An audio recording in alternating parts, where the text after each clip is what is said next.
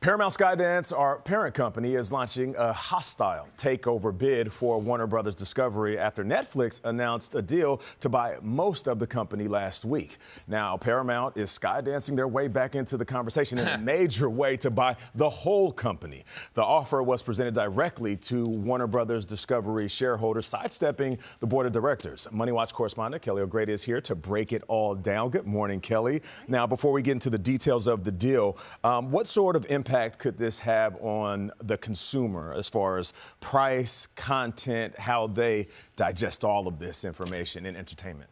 So nothing immediately, right? Because this has to get shareholder approval, government approval, and then the whole thing. I mean, these are two really big companies, depending on which merge. It's going to take 12 to 18 months. But let's say a deal does go through. Yeah. It could mean distinct, less streaming services, right?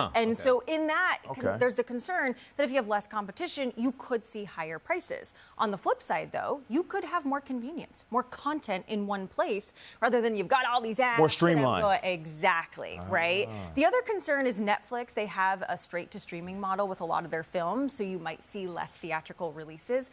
All of these things are going to be really at the heart of the regulatory process, especially if you have a number one streamer like Netflix buying a number three streamer like HBO Max, which is owned by Warner. Fewer studio or theater releases could affect towns that have theaters and depend on them. And then I did hear you say higher prices potentially. But let's go through the deals themselves. First of all, we call them a hostile takeover deal. Does that mean they're calling people names? What is that?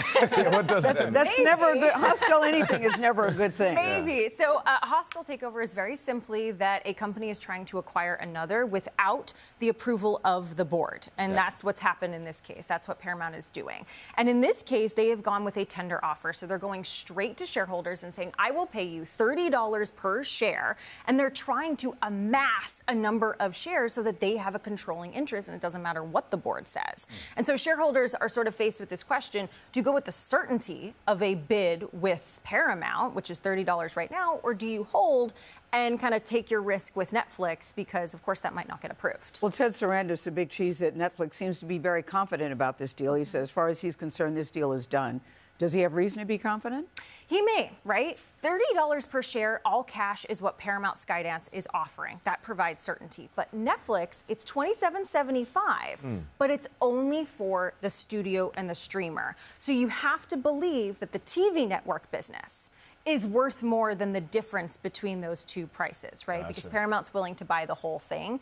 The other thing that Sarandos is betting on is that, one, people are actually going to want to get Netflix stock in compensation for this deal, right? Because it's a combination Netflix is offering of some cash, some Netflix stock, and that people would want to be a part of this Netflix merger in the future. When do you think we'll have an answer to this? It's going to be a while, right? So the Paramount shareholders have to accept the Paramount deal by January 8th, so that's soon. Very soon. But then the regulatory process will be longer. All right. Kelly O'Grady, always good to have you at the table. Thank you so much.